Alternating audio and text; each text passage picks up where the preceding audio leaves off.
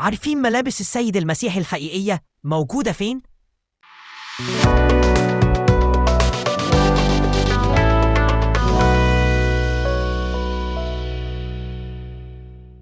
السيد المسيح كان بيلبس حاجة اسمها الكيتونت، وهي عبارة عن جلابية أو قميص طويل، وكان بيلبس حاجة اسمها الهيماشيون واللي معروف بالشال.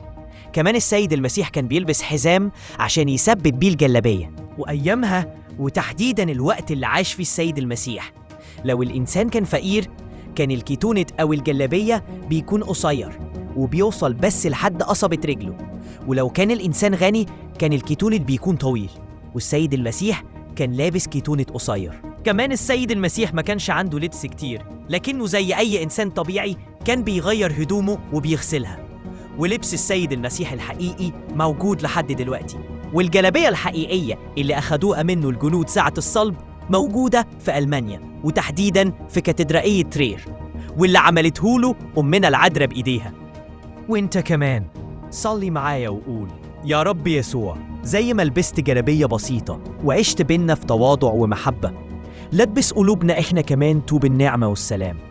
طهر حياتنا وغير قلوبنا وعلمنا نعيش زيك ببساطة وقداسة ومحبة حقيقية.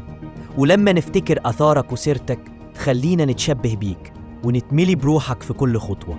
آمين.